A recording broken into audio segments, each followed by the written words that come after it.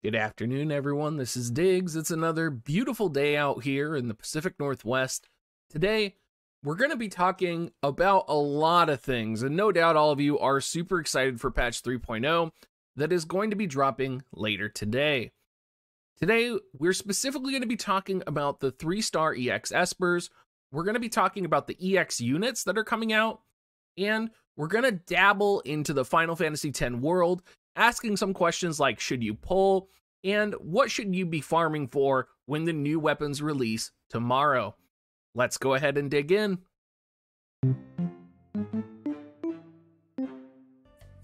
Now, this video is going to be segmented down at the bottom to all of the different segments that may be relevant for you. Let's go ahead and start, though, by looking at Ifrit. So, for those of you that don't know, 3-star Espers are going to be getting basically a status ailment resistance associated with them when you do 3-star them. Ifrit is going to be getting stop resistance, and that's pretty cool. That's pretty, I use Ifrit a lot, particularly on my Victora. So I could actually see this being reasonably good, reasonably helpful. You're not going to see huge stat improvements. You are going to see it around like HP between 2-star and 3-star. But I don't think we're going to be seeing like a huge difference in agility here, right? You see that his agility is still right at around 15. So don't expect anything big there. What's really going to be big is the skill tree. Probably the biggest difference is that the 3-star Espers are almost all going to have an elemental attack associated with them. Ifrit, of course, being fire attack. Now, if there was a perfect unit for Ifrit, no doubt it would be King Elda, because you can also see that Ifrit got some modifications to his board as well. Specifically up here, you're going to notice that he has 3 more nodes for critical hit rate, which gives Ifrit an additional 15 critical hit rate, which is, of course, right up King Elda's alley because he is a critical hit rate based spear attacker. So paired with the Pierce attack up and the fire attack up, he's going to be like a critical hit rate beast. I'm actually curious if maybe you would pair him with Tidus. But again, I don't know. It'll be interesting to see where we go from here. Personally, I think what I would probably do, though, is maybe invest in Pierce Attack and Water Resistance, and potentially put it on another unit like Victora, or a unit that's actually going to benefit from that Pierce Attack, because there's so few units with Fire Attack right now until we really get into King Mont that are going to be relevant.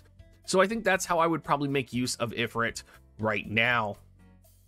Let's talk about Behemoth. For those of you that don't know, Behemoth goes right to my heart. Behemoth was the first Esper I ever had maxed. Behemoth served me so good in my free-to-play life at the beginning of this game.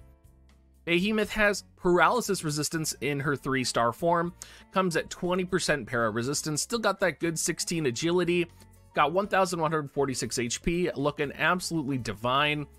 What's great about Behemoth is you are going to get increased critical damage, and you're going to get increased dark attack. Now, this is important specifically in relation to Stern. Stern, of course, does have access to Sub Ninja. Stern also has some modifiers to his own critical damage. And Stern is also a very cool unit in his EX form that I think we will be utilizing a little bit more. Behemoth, definitely with that dark attack up, can go on Stern. But since he also has slash attack up, really good agility, you're going to be putting Behemoth on probably any dark slasher, and you could probably get away with it right now. Taktar. Taktar in his 3-star form is going to have 15% death resistance. And there's a lot of people out there who think Taktar is an incredible Esper. I am on the fence about it because Taktar's agility is only at 12, and agility, as we've kind of learned, is extremely relevant, especially in PvP. But with the changes, there can be a case made that Taktar is one of the stronger magic Espers that you can get. You can see here, though, that his 3-star form really only unlocks earth resistance for him. So what are you going to go for Taktar? Well, you're probably going to go for magic here. You're probably going to go for magic attack. You're going to go for human killer. You could go for critical hit rate. He's such a flexible Esper, and while you may not, find that earth resistance extremely useful and something you really want to go for, you can go for the increase in human killer. You can go for so many different options because you're going to have more SP available to spend. So I think Taktar is a very versatile, friendly magic unit. There's nothing that really screams like I need to max Taktar out right now to me. I will probably be experimenting with him, and no doubt there are people in the comment section who are going to be very passionate about Taktar. And I'm going to leave it at the fact that I think Taktar is viable. I can tell that Taktar's stats as a 3-star are going to be competitive with a lot of 2-star magic espers. I'm just going to kind of wait and see how the meta unfolds and how people are utilizing Taktar here in the future. Let's talk about EX units, because there's about like 6 EX units or whatever it is coming out. I got all of them kind of listed here. First, we got King Elda. Now, King Elda is kind of one of my favorite units in that he is a Lancer with access to Sub Samurai, which is really powerful. He also has one of the highest critical hit rates in the game, along with King Rob. And he also has extremely high initial AP. You can see on his board stats, he has an initial AP of 15. You can also see that his EX stats give him attack 55, dexterity 5, agility 4, luck 11. So his EX stats are actually looking really good right now. You can also see down here kind of what his job EX stats are going to be giving. And no agility, but we are going to get more attack. So that's an additional 32 attack. So he's looking pretty good. Let's go ahead and translate his skills and take a look at this here. As I said, he is one of the higher critical hit rate units, and you do want to think about Ifrit when you are thinking about King Elda, right? Because Ifrit, of course, has that 3-star passive critical hit rate plus 15, which is really powerful that you could invest in. You know, King Elda also has access to Deadly Secret, which gives critical hit rate 25. And then he also has access to Sharp Spear, which with his upgraded form or with his EX is actually going to get upgraded. So Sharp Spear traditionally gave 38% attack for 3 turns and 38 critical hit rate for 3 turns. The upgraded version of Sharp Spear is going to give all of that, but it's also going to give defense penetration 40. So that is a pretty powerful buff to a unit who is focused on kind of a crit build.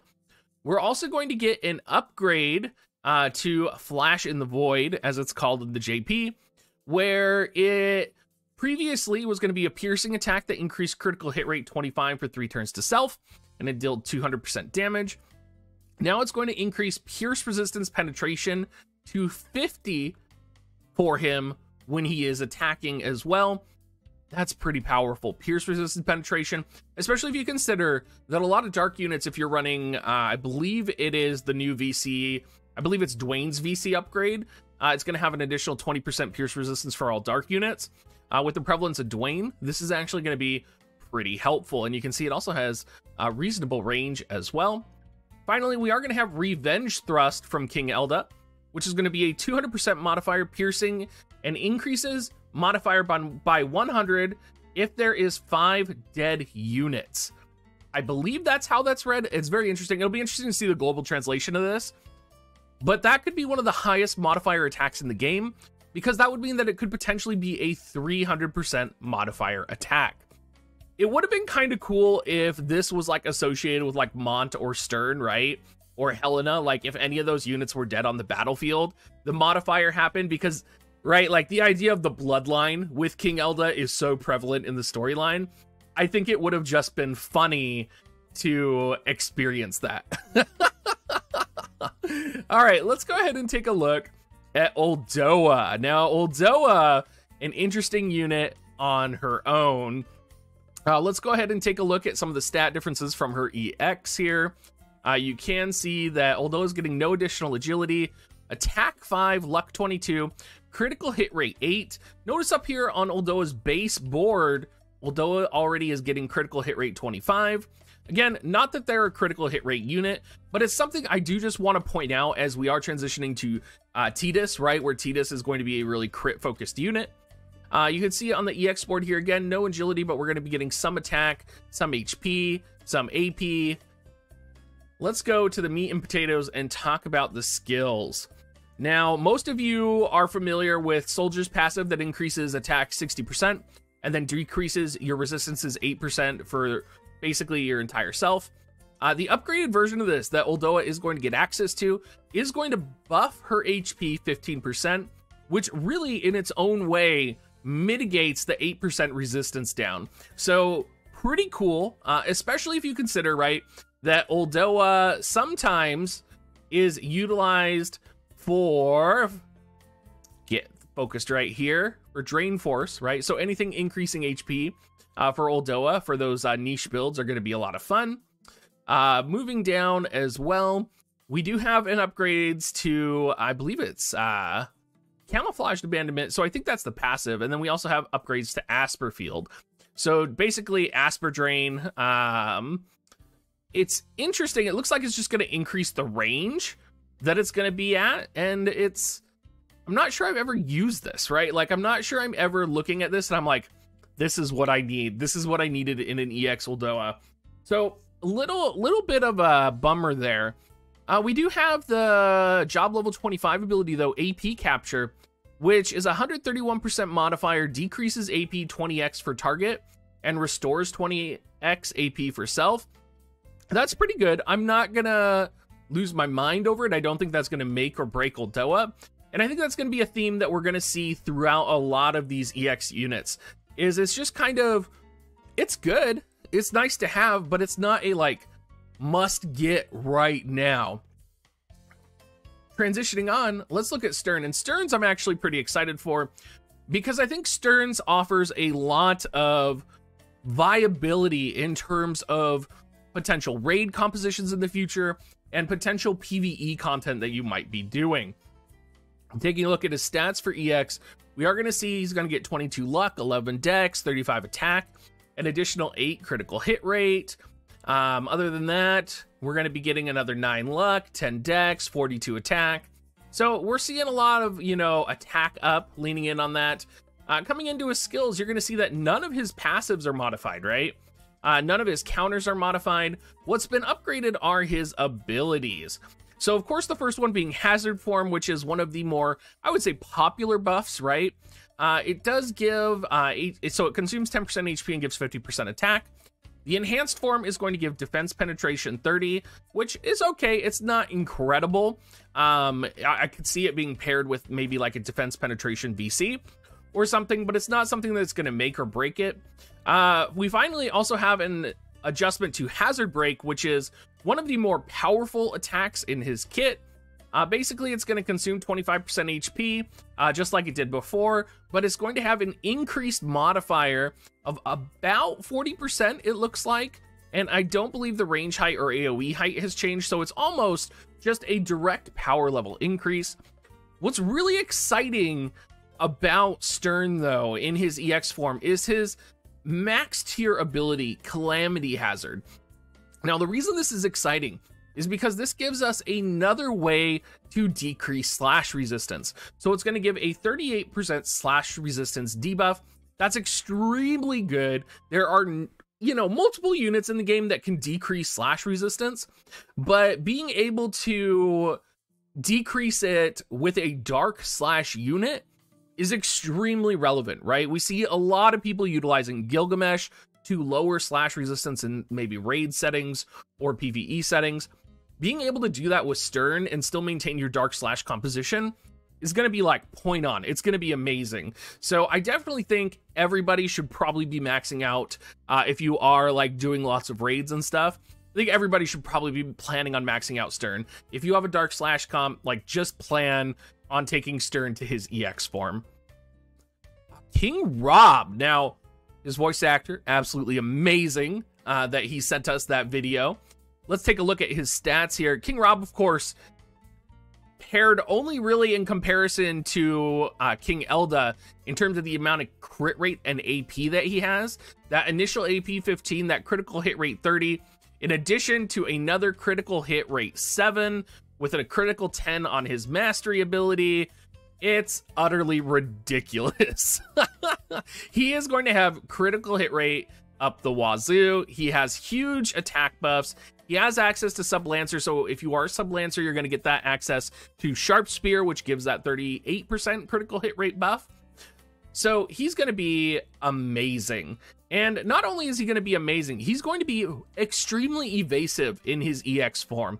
And we are going to be seeing EX Robs potentially in arena, potentially in light compositions, who are utilizing their evasion, utilizing their critical hit rate, and just going for the jugular.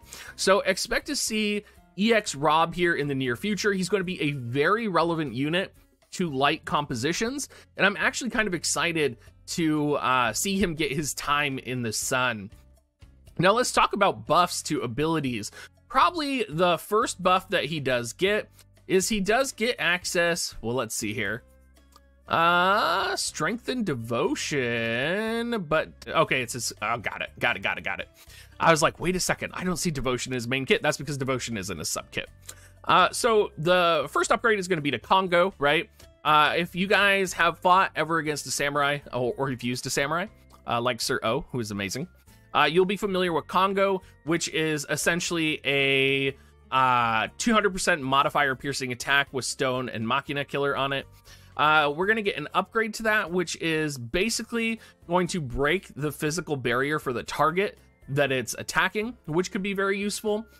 We are also going to be getting a level 25 job ability called Absolutely in the Air, which is a huge area of attack. Look at that 3x3 range height 1, AoE height 1.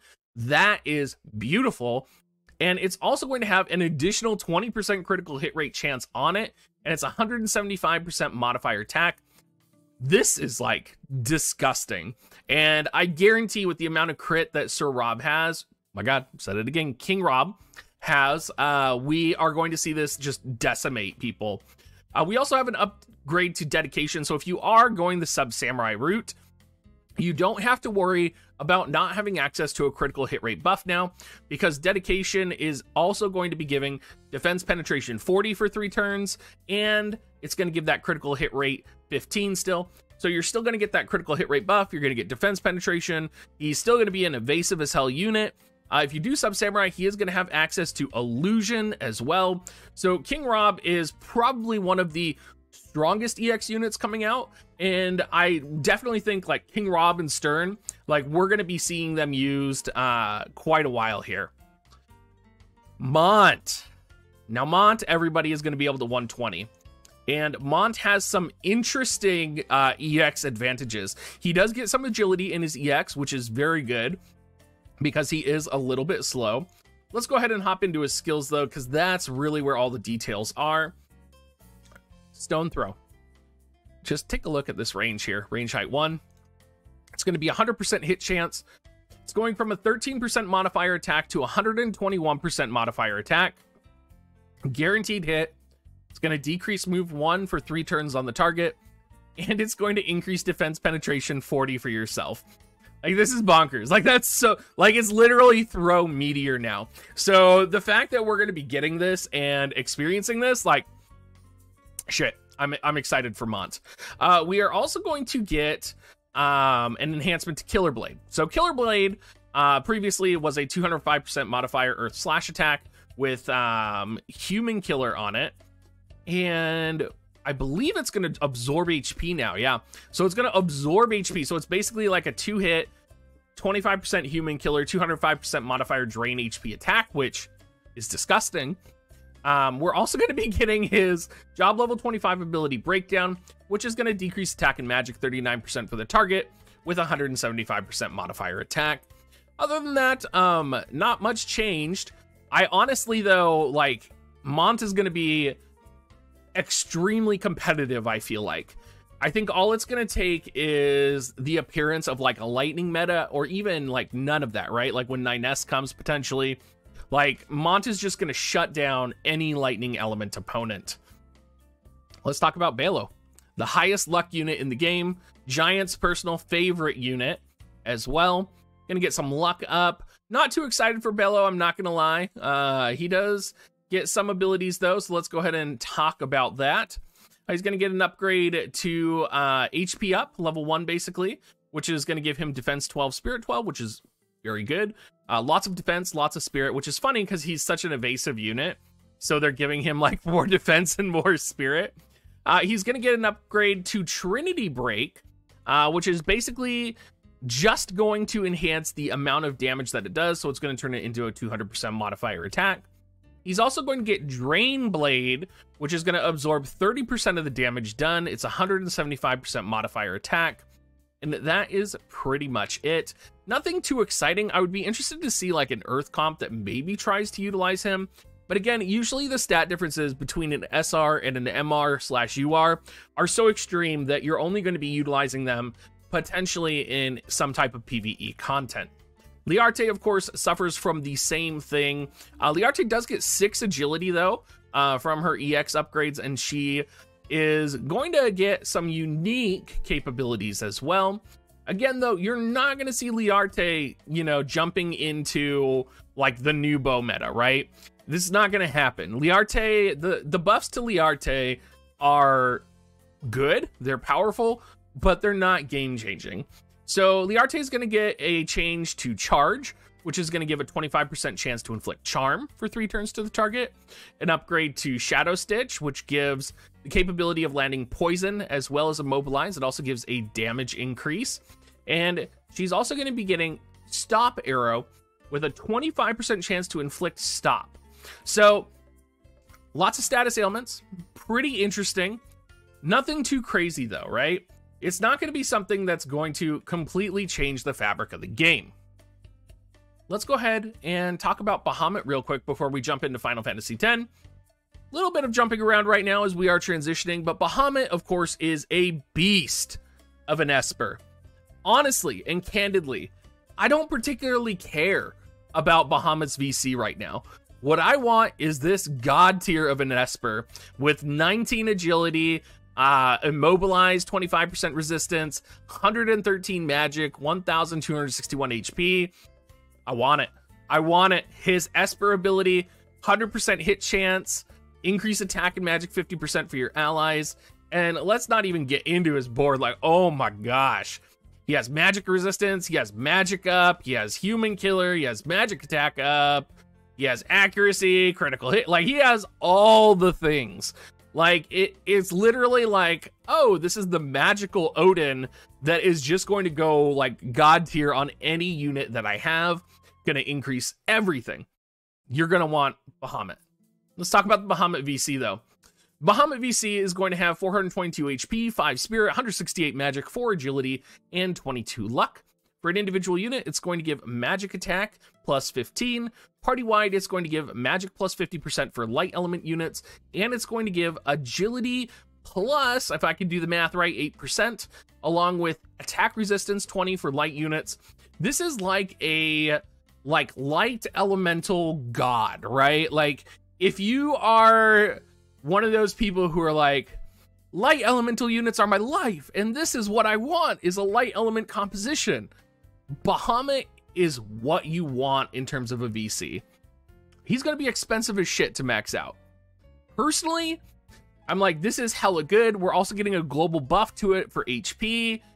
I still want the Esper more, but I'm kind of looking at this VC and I'm like, oh man, that would be nice if I ran a full light composition with like Yuna, Rob, I don't know who else, Sakura maybe. Oh, it would be absolutely powerful, devastating, destructive. Oh, it even has agility on it. Like, I salivate, right? Like, I'm getting excited for it. So it is double cost, which is problematic in its own right. You are, if you do pull it, gonna have access to 75 free shards though, and no doubt there's gonna be a daily purchase bonus. The problem is, of course, pulling it. If they did a guaranteed Bahamut 10k step up though, I might like scream, but that's pretty much it.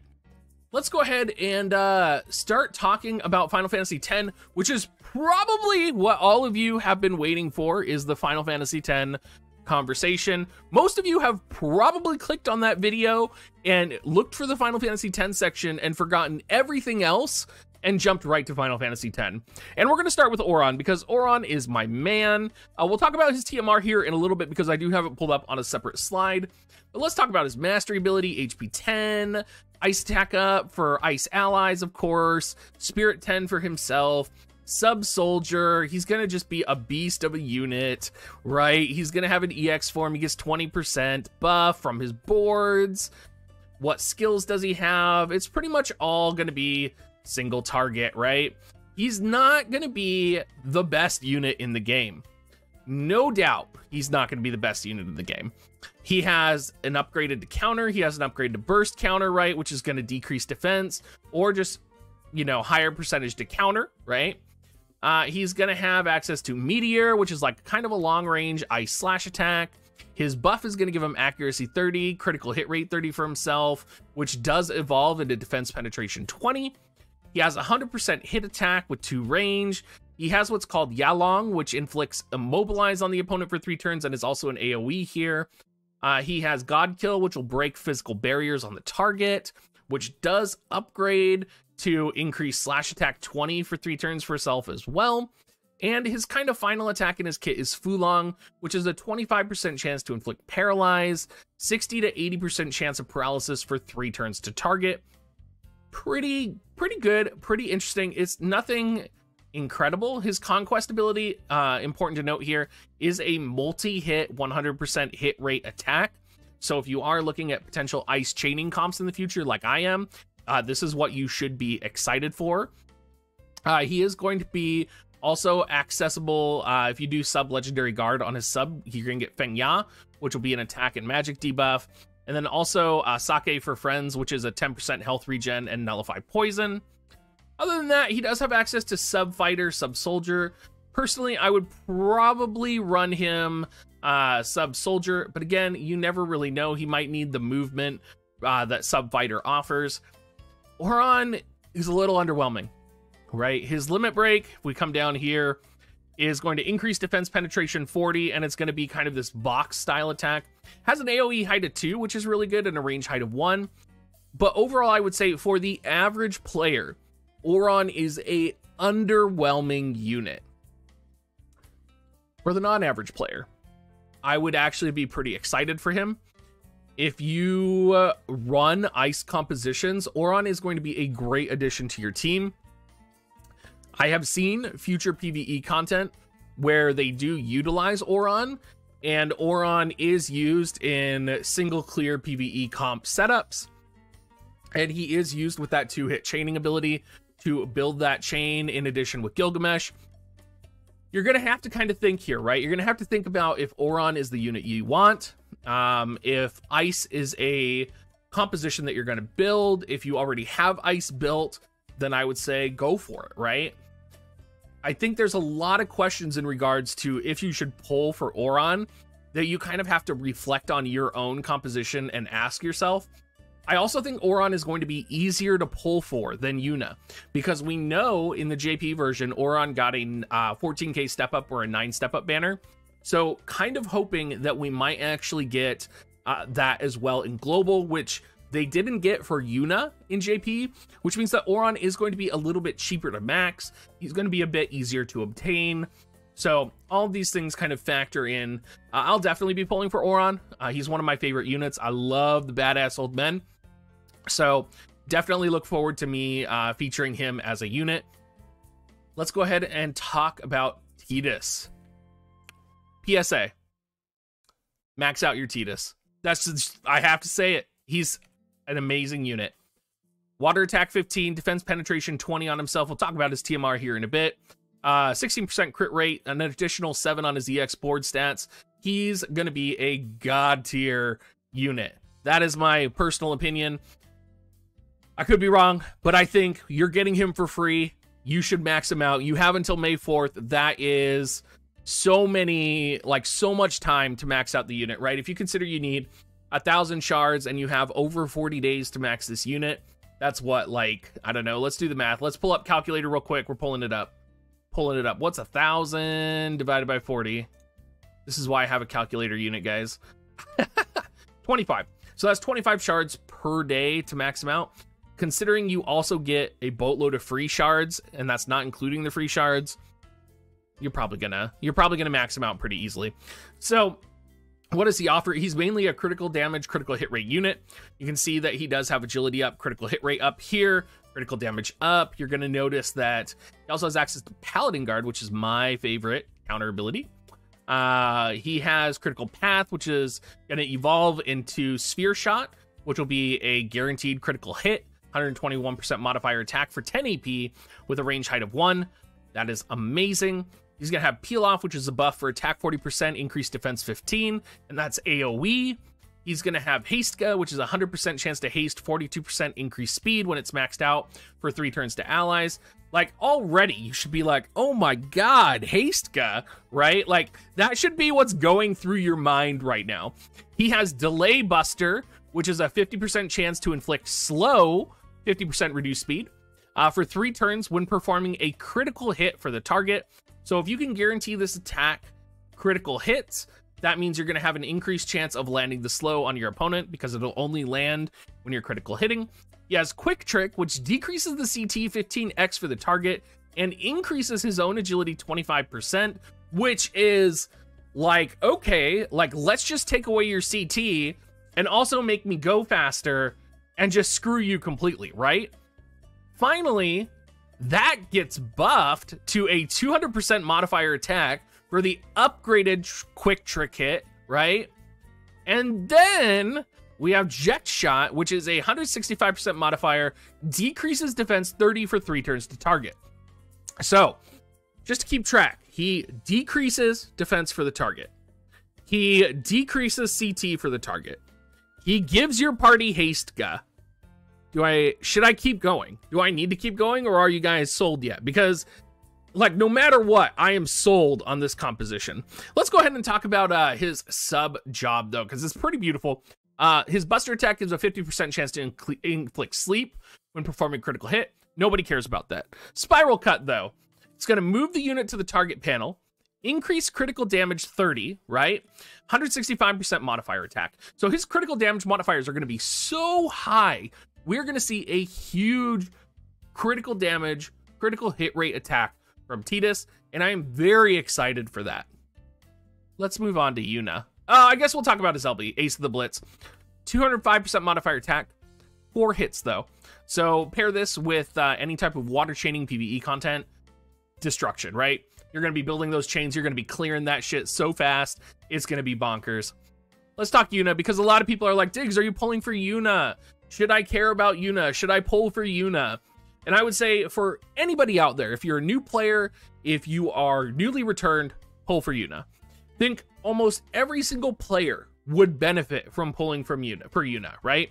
Yuna is one of those characters that is like Ayaka, like Ziza, right? Where if you pull for her, she's universally going to be good for your account in almost every situation.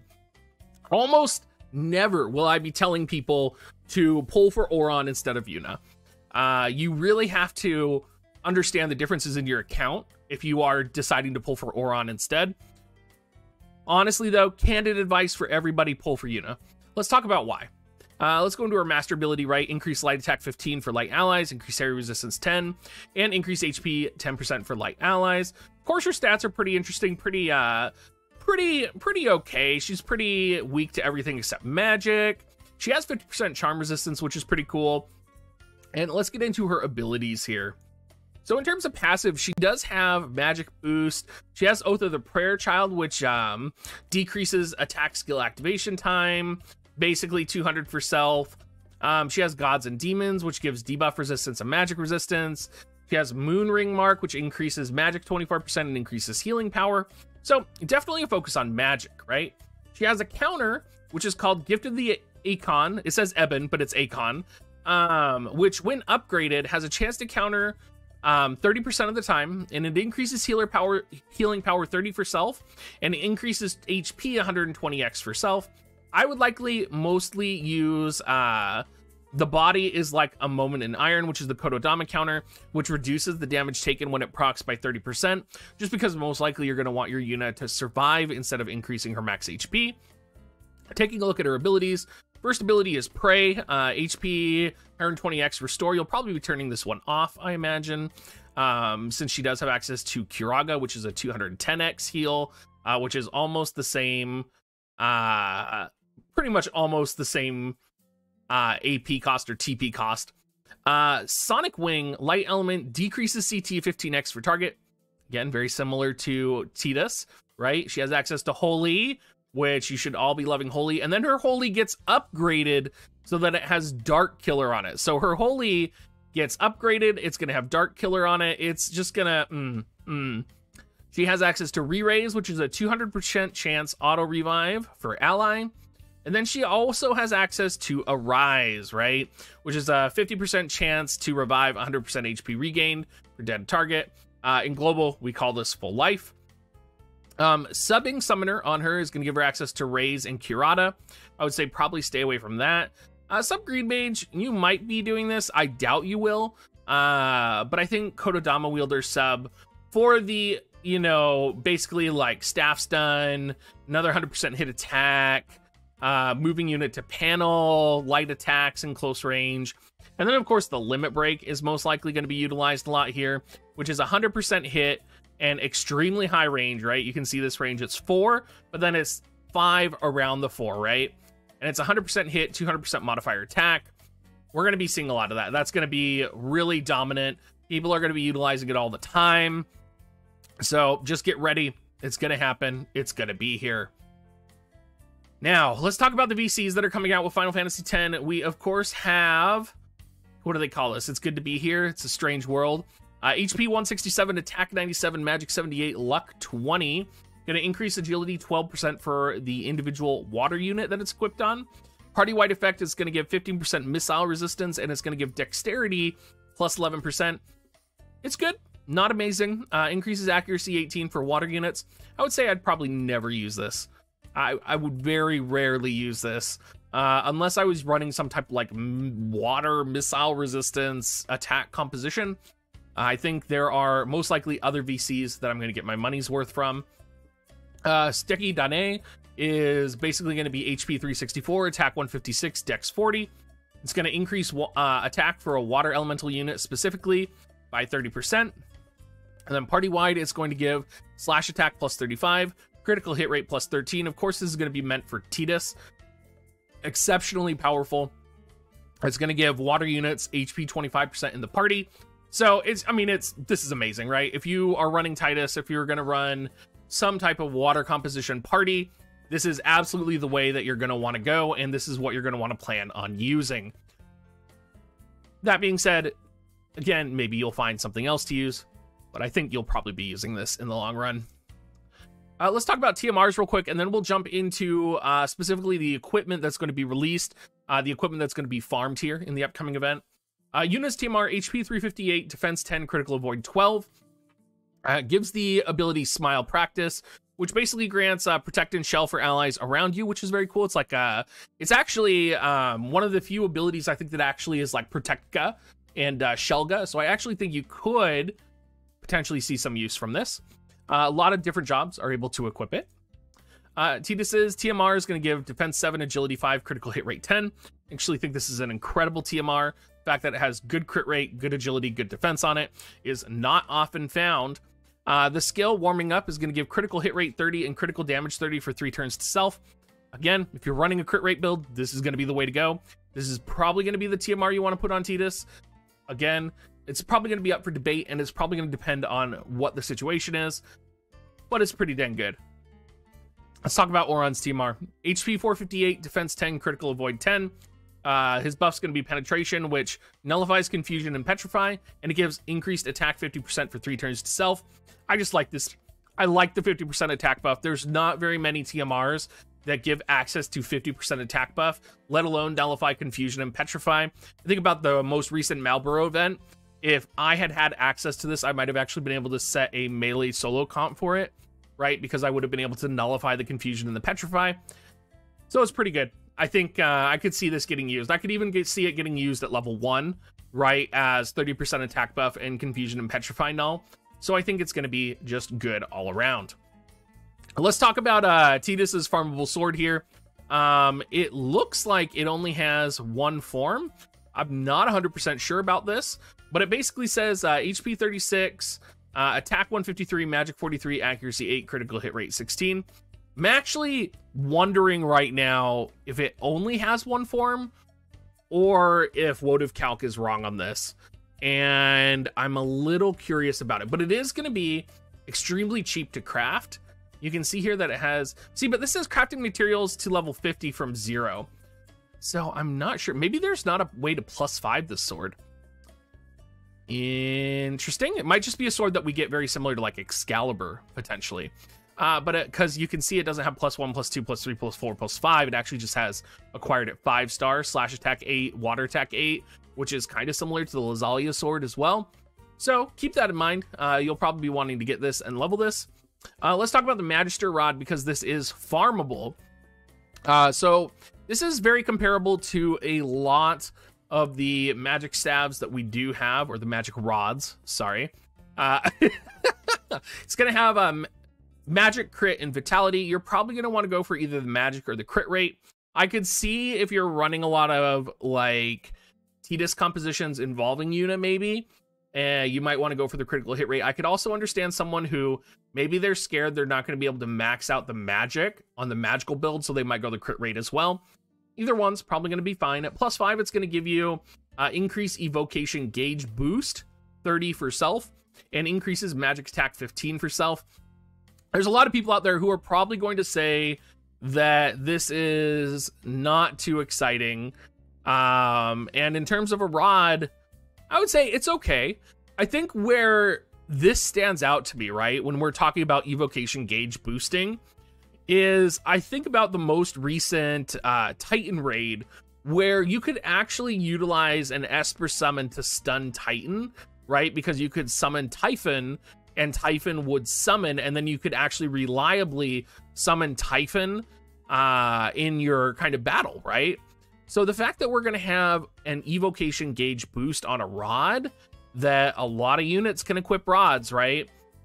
It kind of speaks to me that we are potentially going to be able to manipulate some summons and do some summon shenanigans in the future to reliably summon and get those buffs, etc., etc. Kind of excited to mess around with that. I think it's an aspect of gameplay that we don't get to see very often, and I know for me, when I saw that Typhon evocation previously in the Golem raid, it was like, oh, this is cool, like someone's actually utilizing Typhon in a way that is both reliable and helping the party. Like, I've never really seen that before, right? Especially in War of the Vision. So I'm kind of hoping we're going to see some unique builds with this. We do have pretty easy to craft. It's going to be Velvety Fluid. It's going to be Light Alchris. It's going to be Zoobeaks. I mean, we're pretty much all going to have this. So make sure to check it out. It's going to take staff books of refinement. So yeah, I would say farm at least one of these, potentially two. I'm kind of curious, since it talks about increasing the evocation gauge boost, I'm wondering if you had multiple of these on multiple units in your party, how fast the evocation gauge boost would raise. If it would just be like a flat 30% higher overall, which it probably would be, but I'm wondering like if there's other ways to manipulate that. So anyway, this is just something I'm thinking about. Let's talk about Auron's weapon. It's called the Heat Haze in its translation. It's going to increase ice attack 30 for self, increase slash attack 15 for self. Pretty powerful. It's going to be utilized by, of course, Auron's class and then Soldier, Rain, Ruinstern, and the Nightblade class. And I don't believe very many units will probably utilize this except for Auron. It's probably going to be the Assault class is what people are going to go for, but I know that there are people out there who are going to want to go for critical hit rate or aim. Just because some people struggle maxing out weapons, and that's understandable. I think you can make a case for any of them. I think we're at the point in the game where, depending on the compositions that you're running, if you're already pulling for Auron, you probably know what you're doing. You probably know what form of the weapon you want. I would say aim is probably going to be the most popular, but with critical hit rate kind of making a comeback, who really knows at this point? Finally, we do have to talk about the upcoming new mastery ranks. How I feel about it is I'm actually really excited about the upcoming mastery rank system. I'm excited for the guild changes. I'm excited for all of it. Like, I spent a lot of time the other day going through my units and upgrading my units and being like, oh man, I actually have to put together parties to level these units so that I can take advantage of the mastery system when it comes out on Wednesday. And like, it occupied my time. Is like, it actually had me planning my units out. Now, of course, my formation screen crashed like every 5 minutes while I was doing that, but I was having a lot of fun. I was really enjoying, you know, mapping out what I was going to be doing in order to buff my certain elemental compositions, prioritizing, planning. One of the other things I noticed on here, something to think about, is that there is also evocation gauge boost here as well. So again, my little brain right now is like, woo, thinking about all of the evocation stuff and thinking about Yuna, because of course summoners are on the mind. We finally made it to the end of the video. It's been a pretty long one. I'm sure most of you are going to be watching this though during the maintenance, so I figured I would give you a long video to watch and enjoy. If you've actually watched the entire thing, kudos to you. Let me know down in the comments section. If you're the type of person that's like skipped to Final Fantasy X immediately, I know who you are and I will find you. Other than that, I hope you all have a great anniversary and a great day, and good luck on all your polls tomorrow. I'll probably be doing some polls tonight at Reset. I will be streaming starting at about 8 p.m. Pacific time, and then I will probably be doing... No, I will be doing my Final Fantasy X polls Wednesday at 5 p.m. Pacific time on Twitch, so make sure you tune in then, because that's when I'm going to be doing my polls. As always, if you do want to support me, make sure you use my Amazon affiliate link, dig.gs/coins. You can also go to dig.gs/offer as well. And have a great rest of your day, everybody.